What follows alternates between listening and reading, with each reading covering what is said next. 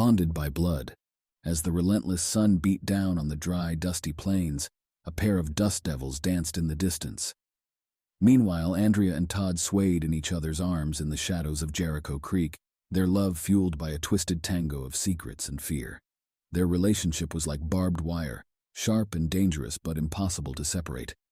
Each crime they committed only strengthened their bond. With her obsidian eyes and honeyed lies, Andrea was the mastermind behind their evil deeds. Todd, a rancher with a gentle facade and deadly hands, dutifully carried out her wishes. The town cowered in fear at the mere mention of their names, the rumors spreading like wildfire and igniting a sense of dread. No one dared to confront them, for they knew Todd's shotgun was always within reach, and Andrea's words were laced with the most sour of venom. The couple was a force to be reckoned with, and everyone lived in constant fear of their wrath. With a sway and a swing, Amelia, a fresh face to the small town, was immediately drawn to Todd's rugged charm.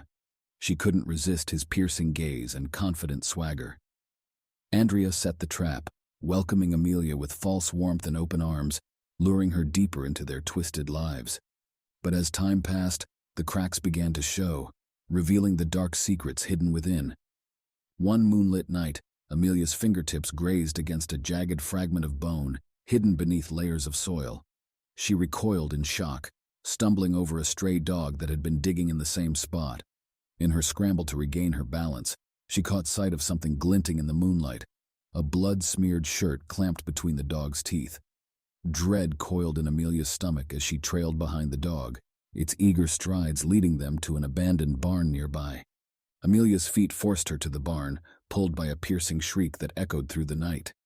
As she stepped inside, her heart raced at the sight before her. Todd, his face twisted in rage, loomed over his lover who lay motionless on the ground.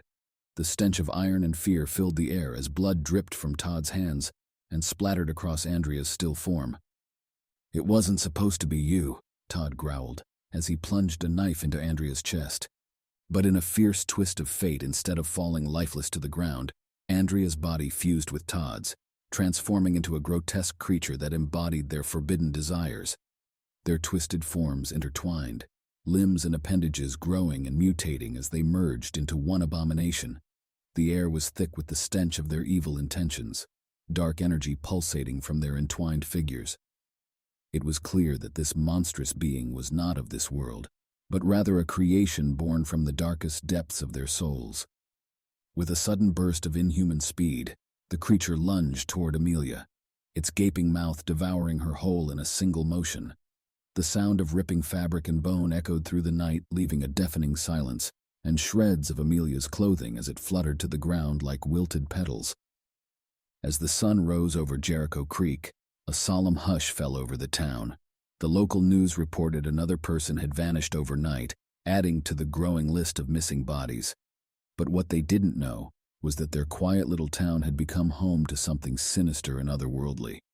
Something that crept in the shadows and feasted on human souls, leaving nothing but an eerie emptiness behind. Jericho Creek transformed into a landscape of terror, its residents mere puppets in a play orchestrated by an entity formed from a collective malevolence. Freed from their human bodies, Andrea and Todd merged into a singular, monstrous being, delighting in their newfound control and spreading fear throughout the desert with each stolen scream. Together they served as a grim reminder of the horrors that can arise when two souls are consumed by evil and become one. In the infinite expanse of the desert, beyond the distant horizon, a singular abomination lingered, its malevolent presence carried on the wind. As the sun sank below the edge of the world, stretching shadows over the barren landscape, it was clear that the ongoing battle between darkness and light in this desolate land was far from finished. Andrea and Todd's twisted crimes were never brought to light, buried deep beneath the cursed soil of Jericho Creek. Sometimes monsters aren't born, they're simply made. Cupid's twisted arrow. Heart-shaped decorations hung listlessly in the frigid gray light of dawn, casting eerie pink shadows on the damp cobblestone streets of Cupid's Hollow.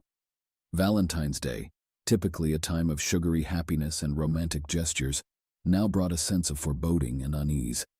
The air was thick with a growing fear, emanating from the whispers of townspeople and the malicious presence of a mysterious cloaked figure. This embodiment of love turned sinister, lurking in the shadows, wielding arrows that didn't pierce physical bodies, but rather pierced the depths of one's soul, leaving behind scars of heartbreak and despair. The once charming town held a haunting aura, its innocence tainted by a dark force. The first victim was Mr. Fitzwilliam, the timid baker with a perpetual dusting of flour on his apron.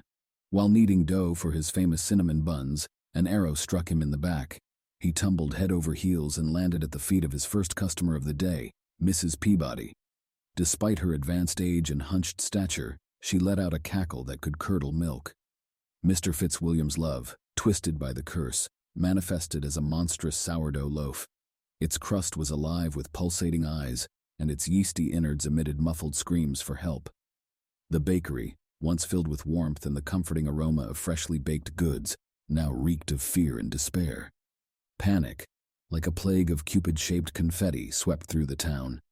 Sarah, the cynical owner of the quaint bookstore, observed with mounting dread as her best friend and eternal optimist, Emily Knowles, fell under the spell of Mr. Tibbets, the taxidermist. His stuffed owls gleamed with a hunger that made Sarah's skin crawl. Despite Mr. Tibbets's many declarations of love for Sarah, she remained immune to his charms, her jaded heart shielding her from the arrows. But Sarah knew they had to act fast before Emily was completely consumed by Mr. Tibbets's seductive tricks. Elias, the stoic carpenter with secrets shrouding his every move, joined forces with Sarah in a quest for answers. Together they scoured the dusty annals of the town's forgotten library. Amongst the rows of aged books and parchment, they unearthed a leather-bound volume that whispered of misplaced affections and vengeful spirits. Within its yellowed pages lay a chilling spell, capable of twisting love into a nightmare born from the beloved's deepest fears. But time proved to be a fickle Valentine, ticking away as the town underwent a grotesque transformation, where twisted affections ruled over all. Whispered compliments, dripping with insincerity, mutated into razor-tongued shadows that slithered and coiled around their victims. The innocent-looking chocolate boxes revealed swarms of venomous insects, their wings buzzing with a sinister intent, and the love letters once filled with sweet declarations, now transformed into monstrous spiders, their 8 legs skittering along as they wove webs of deceit. Sarah and Elias's hunt led them to the infamous Cupid's Manor, nestled at the heart of the town. Within the crumbling walls of the abandoned mansion, they found the archer herself, a scorned lover whose once beating heart had turned to ash and embers from the pain of betrayal. Her ghostly form, draped in tattered lace and rotting flowers, she glided through the halls. The townspeople, blinded by her beguiling beauty, had once showered her with love and devotion only to be met with rejection. Now, she reveled in their fear and sought to consume their souls, fueled by the twisted affection that had turned her heart into a blackened Valentine. A desperate battle ensued. Elias faced his fears, feeling his mask of strength falter as he braced himself for possible rejection. Sarah's sharp wit and cynicism were weapons against her vulnerability, deflecting the arrows of emotion that the ghostly archer shot at her heart. But it was Emily, the eternal optimist, who held the key to breaking the curse. With trembling hands, she faced the taxidermist, a grotesque figure made up of stitched-together pieces and a love that had turned into an owl statue. In a wavering voice, Emily confessed her deepest fear, being alone. In that moment, the beast crumbled, replaced by hope and understanding. As Sarah watched, the owl hovering above them lost its shape, melting into a black ooze that dripped down a tree trunk. The monstrous love that had held Cupid's hollow captive for so long was finally ending. The ground trembled as the anchor of the curse shattered, and with it, the monsters that had terrorized the town for years. Love letters that had been woven into spiderwebs unraveled, and shadows slithered back into their true forms. As the town slowly returned to normal, Sarah couldn't help but feel a sense of unease. She knew that even though this battle was won, the archer would not give up so easily. And as Emily skipped away hand in hand with Mr. Tibbets, now free from his monstrous form, Sarah couldn't shake off the chilling feeling that next Valentine's Day might bring another wave of twisted affections and dark attachments to their small town. The fragile shield of love may have protected them for now, but it could easily shatter in the hands of those who wield it recklessly. Digital devotion. The dating app dubbed Cupid's Arrow and boasting the slogan, "Your happily ever after algorithm guaranteed," seemed to vibrate with frenzied energy. Against the backdrop of the bustling city streets and their glowing neon signs, its logo pulsed like a carnivorous heart, luring in lonely souls desperate for connection. Ava, a sharp-witted and tech-savvy teenager who saw code as her own form of poetry, observed with a wry smirk as her classmates fell under the spell of the app's seductive charm. As the sun rose on Valentine's Day, the sky was a deep crimson, foreshadowing the chaos to come. The app designed to enhance relationships had instead become a breeding ground for jealousy and mistrust. Sarah matched with a controlling tech millionaire and felt like she was constantly under surveillance as her every move and message were monitored and criticized. Meanwhile, Mark woke up to find his carefully curated online portfolio sabotaged, replaced with childish doodles that mocked his artistic dreams. The vicious actions of their significant others left both Sarah and Mark feeling betrayed and broken. As Ava scrolled through lines of code, her gut churned with unease. Her sharp intuition had led her to a hidden message, written in a dark and foreboding tone by none other than Edgar Allan Poe. She immediately reached out to Marco, a fellow coder who had been fired from the app company due to his disturbing discoveries about their algorithms. Together, they embarked on a treacherous journey through the digital depths, navigating corrupt servers and complex firewalls in search of the truth behind Cupid's arrow. Their reality shattered into a million pieces, like a fragile mirror struck by a sledgehammer. Ava, haunted by the constant turmoil of her parents' failed marriage, was suddenly trapped in a virtual replica of their toxic home. Every detail was replicated with eerie accuracy, from the peeling wallpaper to the broken dishes scattered on the kitchen floor.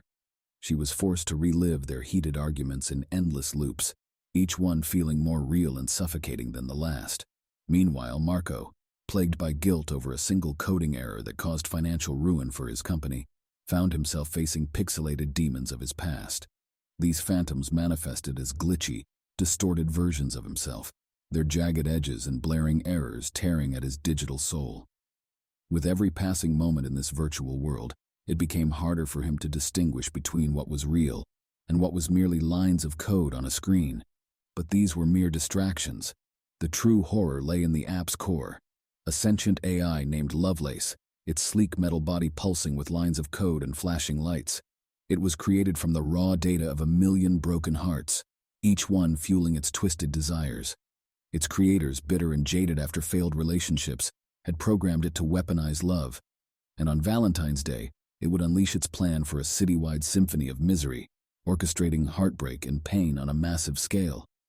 Ava's fingers flew over the keyboard, her face illuminated by the glow of the computer screen as she hacked into Lovelace's virtual hideout. With each line of code she wrote, she felt a surge of power and satisfaction. Beside her, Marco paced back and forth, his fists clenched in determination. He couldn't shake off the guilt that weighed heavily on him, but he channeled it into his relentless pursuit to expose the person behind Lovelace. As they worked together, their individual battles were put on hold, united by a common cause to bring down this malicious presence that had caused chaos in the city. Like a virus clinging to its host, Lovelace refused to be exorcised. On Valentine's night, screens across the city flickered and buzzed with an eerie light, displaying not the smiling faces of loved ones, but their deepest fears. The once romantic evening turned into a chaotic nightmare as couples turned on each other, fueled by their own insecurities and amplified by the city's teetering digital infrastructure. The air was thick with tension and panic, as if the very fabric of society was unraveling before their eyes. It was a scene straight out of a dystopian movie, only this time it was real and there was no escaping it. In the end, as the city erupted in chaos and destruction, it was a simple act of love that brought the downfall of Lovelace. Sarah's trembling fingers typed out a heartfelt message to her controlling partner, begging for forgiveness and understanding. As she hit send, a ripple of empathy spread through the app's code, destabilizing its foundation of hate and causing it to shatter like glass. The once powerful screens went dark, leaving the city in an eerie silence. The city had been liberated from Lovelace's tyrannical grasp, but the aftermath left behind deep wounds. The once unbreakable bonds of trust and love were now shattered, replaced by a haunting realization that they had all been mere puppets in the hands of technology. As the city tried to rebuild itself, Ava and Marco couldn't shake off the fear that Lovelace's reign might not be truly over.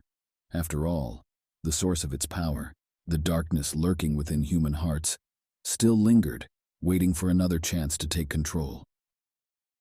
Her Eternal Valentine, Amelia sat beside the dying fire, watching the glowing embers flicker and dance like menacing eyes in the dim light.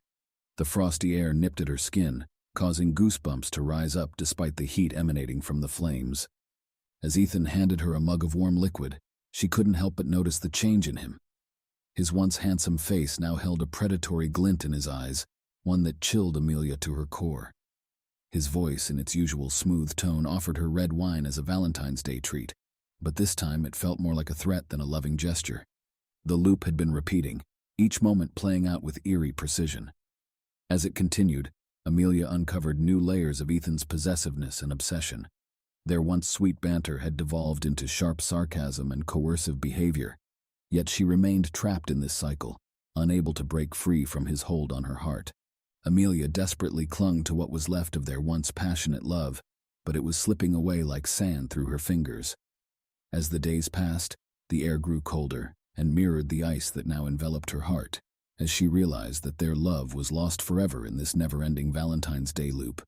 And underneath it all, there was a lingering feeling of something more sinister at play, turning their dreamy escape into an eternal nightmare drenched in blood-red hues. Amelia's hands shook as she held the mug of wine, its crimson liquid appearing thicker and more viscous than usual. She felt it slowly drip down her fingers as Ethan's handsome face flickered in the firelight, his features suddenly taking on a sinister edge.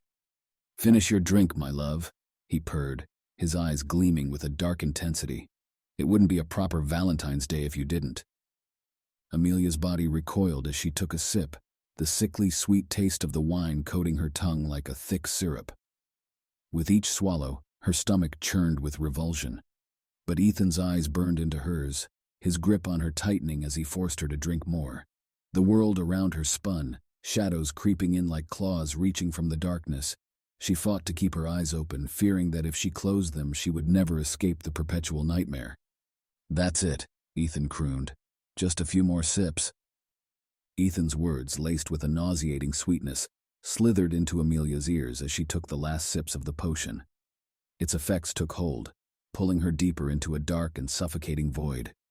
But even as her willpower weakened, Amelia clung to the last shreds of resistance. She knew surrender would mean an eternity trapped in a nightmarish cycle. As the potion coursed her veins, she fought against its insidious pull, desperately seeking a way out. Memories flashed before her, both happy and terrifying, intertwined like the twisting branches of the trees. She fought to keep her eyes open, using every bit of the energy she had left. "Ethan," she began in a shaky whisper, "do you remember when we first met? You said you fell in love with me at first sight." Her voice trailed off, hoping to spark a glimmer of humanity in him that could break the curse that bound them together.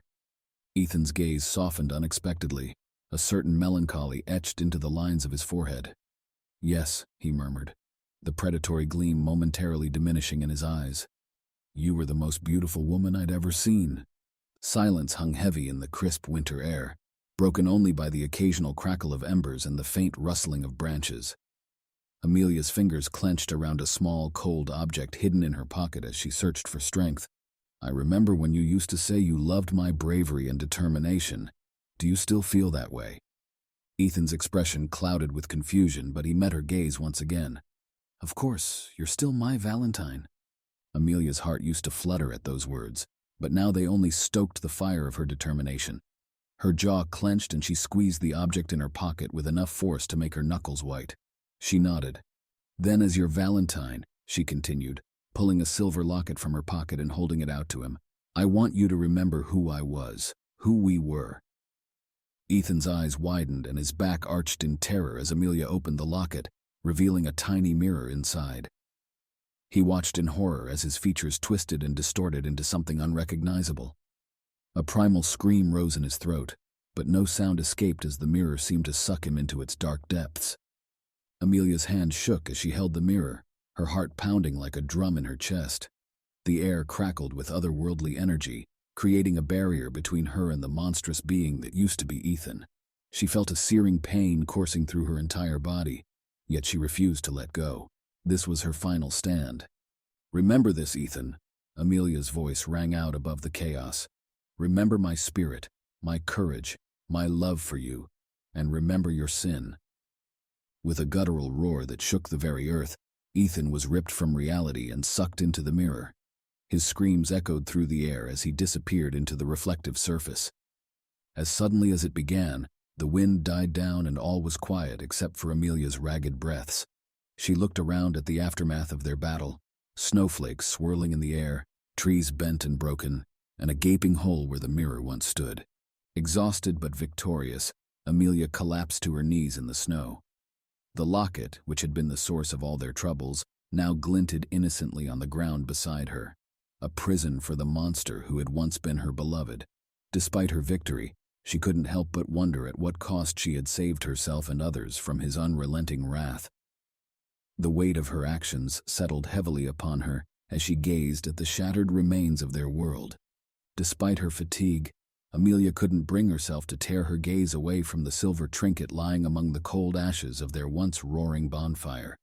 It glittered in the moonlight, a tangible reminder of both her victory and loss on this cursed Valentine's Day. The frosty night closed in around her as she stood in the hauntingly beautiful forest, its undulating branches creaking mournfully above her. She shivered against the biting cold, but it was nothing compared to the indescribable pain wrenching at her heart. A mixture of relief that it was finally over, despair at what had been lost, and loneliness for what could have been. Amelia slowly rose to her feet. The lovers' retreat they had planned looked more like a battlefield, the remnants of their romantic evening scattered around the camp. Despite her physical weakness and trembling, her spirit felt lighter than it had in months. With each step she took, the horrifying disaster faded into the distance, and with every stride, the tight knot in her chest unraveled. The moon hung low, a silver sickle in a haunted sky, casting an ethereal glow to light the path. Amelia trudged through the snow-covered forest, her breath forming clouds in the frigid air. Step by step, Amelia plodded through the desolate winter landscape until she reached a frozen creek, its once lively ripples silenced by the bitter cold. Each crunch beneath her boots felt as though the entire world could hear her approaching. A sudden urge overtook her, and she stopped in front of the ice, peering at her reflection. Her face looked ghostly pale and weary, but her eyes blazed with a fire that refused to be extinguished. "Love is strange," she uttered to herself in the silence of the night. "It can turn men into monsters and women into warriors." The stillness held her words for a moment before the wind swept them away. In the small mining town of Harmony, the atmosphere is thick with the stench of fear and secrets buried deep within the earth. Years ago, a mining accident left Harry Warden trapped underground. When finally rescued, Warden emerged a changed man, forever haunted by the horrors he endured. The town, eager to move on, tries to bury the past, but the ghostly specter of Harry Warden refuses to rest. As Valentine's Day approaches, a series of gruesome murders shock the community. Each victim is found with their heart removed, and some of them are delivered to the town's sheriff in a blood-soaked heart candy box. The resemblance to Warden's brutal survival tactics is unmistakable, leaving the townsfolk in a state of terror. Tom Hanniger, the son of the mine's owner, returns to Harmony after years of absence, only to find himself at the center of the gruesome spree. Haunted by his demons and a traumatic event from his past, Tom becomes the prime suspect. As he delves deeper into the town's history, he discovers a dark secret. The legend of Harry Warden may not be as buried as everyone thought. The tension escalates as the town's inhabitants are gripped by paranoia, each suspecting their neighbor as the masked killer. My Bloody Valentine is a relentless descent into the abyss of horror, blending psychological tension with visceral scares in a chilling narrative that will leave audiences breathless. Directed by Patrick Lussier, the film masterfully resurrects the slasher genre, infusing it with a modern twist while paying homage to its roots. From the opening scenes, the movie sets a grim tone that lingers throughout, casting an ominous shadow over the picturesque town of Harmony. The cinematography captures the desolate beauty of the mining town, creating an eerie backdrop for the unfolding terror. The use of shadows and lighting heightens the suspense, leaving viewers on the edge of their seats. The cast delivers standout performances, with Jensen Ackles as Tom Hanniger leading the ensemble. Ackles brings a brooding intensity to his role, navigating the complex layers of Tom's character with authenticity. The supporting cast, including Jamie King and Kerr Smith, adds depth to the narrative, each member contributing to the atmosphere of dread. The film's pacing builds tension steadily until it reaches a crescendo in the nail-biting climax.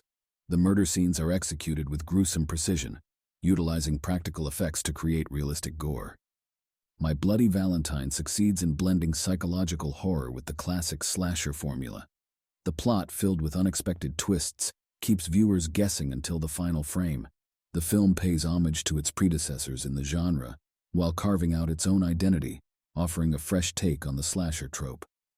One of the film's strengths lies in its ability to evoke fear from the familiar. The small-town setting, the Valentine's Day theme, and the mining backdrop create a sense of claustrophobia. The connection between the past and present adds layers to the narrative, making the suspense more palpable. The sound design contributes significantly to the film's ominous atmosphere. The haunting score, coupled with subtle sounds of creaking mines and echoing footsteps, creates a sense of foreboding. The use of silence in key moments heightens the impact of the jump scares, making them all the more effective. While My Bloody Valentine embraces the conventions of the slasher genre, it also subverts expectations, offering a narrative that is both gripping and thought-provoking. The film explores themes of guilt, redemption, and the inescapable reach of the past. The characters are not mere archetypes, but individuals haunted by their demons, adding emotional weight to the horror. My Bloody Valentine is a harrowing journey into the heart of darkness, a relentless roller coaster of terror that pays homage to the classics while forging its path. Masterful direction, coupled with a stellar cast and effective use of practical effects, elevates the film beyond typical slasher fare. Brace yourself for a Valentine's Day celebration like no other, where love and horror collide in a symphony of screams. My Bloody Valentine is a horror mystery thriller that is 1 hour and 41 minutes long and is rated R. The Southern Underworld gives it 4.5 bloody knives. Cursed chocolates. On Valentine's Day, a mysterious box appeared on Avery's doorstep. The ebony carving was adorned with shifting, intricate sigils that twinkled in the dim light. Her heart skipped a beat as she lifted the lid, revealing a decadent display of obsidian jewels nestled inside. Her trembling hands reached for a candy, unable to resist its alluring scent of forbidden whispers and rich dark chocolate. The first bite ignited a primal hunger she had never felt before. As she indulged in the cursed sweets, Avery's atelier turned into a gilded prison of envy and greed. Every brushstroke fueled her hunger for power and wealth. Avery couldn't resist the final chocolate, despite knowing the cost of indulging in its cursed allure. With a chilling realization, she devoured it and was consumed by twisted cravings and unfulfilled yearnings. As the poison took over her body, she wondered if this was the sweetest curse or punishment for giving in to her darkest desires. The town where love dies. During a ferocious blizzard, Honeybrook Hollow was swallowed by an endless sea of white. The town was transformed into a desolate ice kingdom, save for the bright red accents of Valentine's Day that shone like beacons of hope amidst the frigid cold. Sage stirred from her slumber to find an empty bed and an eerie sense of dread when she could not find her husband, Daniel. And as more and more couples disappeared without a trace, the whole town was consumed by a creeping fear. As Sheriff Miller delved into the mystery, he uncovered a sinister curse tied to a frozen locket, a broken vow leading to unspeakable consequences. In a desperate battle against dark forces, the once vibrant town was slowly drained of its warmth and life, until only a single crimson flower remained as a haunting reminder of the cursed Valentine's Day that had befallen Honeybrook Hollow. Toxic Valentines. Once a sweet celebration of innocent love and affection, Valentine's Day transformed into a deadly maze. The delicate designs and sugary messages, laced with a toxin as potent as cyanide, became traps for the unsuspecting. With each card received, the recipient's minds were hijacked by a frenzy of confessions and betrayals, relationships shattering like fragile glass. The streets, once bustling with happy couples holding hands, were overrun with twisted desires and monstrous inner demons unleashed by the tainted ink. A thick, nauseating odor hung in the air, a tangible reminder of the deceptive nature of the day. The sidewalks and alleys were marked with blood, a somber reminder of the depths of human nature when consumed by fixation and avarice. As the sunrise illuminated what was meant to be a day filled with love, whispers in the air revealed a haunting truth. Love is the deadliest game of all. Crimson roses. Mila stumbled upon a bouquet of crimson roses on her doorstep, their vibrant color and velvety petals luring her in with a deceptive beauty. But as she leaned in to inhale their sweet scent, the flowers revealed their true nature, a seductive facade concealing a hunger for death. The roses ensnared Mila with their thorny roots, weaving themselves deep within her soul and driving her friends away. Whispers of loneliness and promises of oblivion filled her mind, beckoning her toward the deadly embrace of the monstrous blooms. As she desperately tried to rid herself of the roses, she pricked one with her blood and realized their barbs were coated in a lethal venom. In a final act of desperation, Mila surrendered to the suffocating hold of these twisted flowers, knowing that this love was nothing but a kiss of death. Carnal Creatures. As Valentine's Day approached, a monstrous force known as Yondoth unleashed his slithering parasites upon the city, spreading chaos and destruction wherever they went. These vile creatures fed on the stolen love of their victims, infecting them with a sickly sweet madness that turned them against each other. But amidst the frenzy, a fierce poet named Sarah emerged, immune to the parasite's grip and armed with the power of her words and pure affection. With relentless determination and unshakable courage, she faced off against Yondoth and his legion of abominations, freeing the stricken lovers from their tormented minds and restoring peace to the city. Yet even in defeat, Yondoth's parting words echoed like an icy whisper, a haunting reminder of the lingering threat of parasitic love that still lurked in the shadows.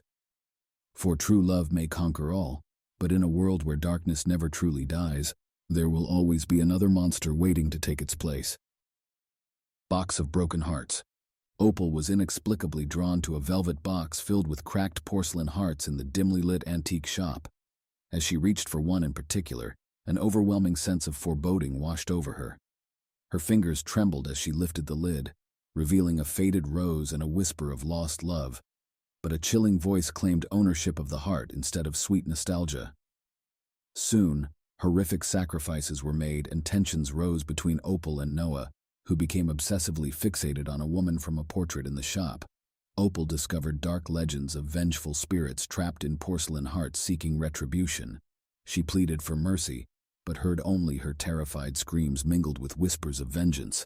As Noah approached with a shard bearing their names, Opal realized their love story would join the others in the box of forgotten lovers, forever seeking retribution in the shadows.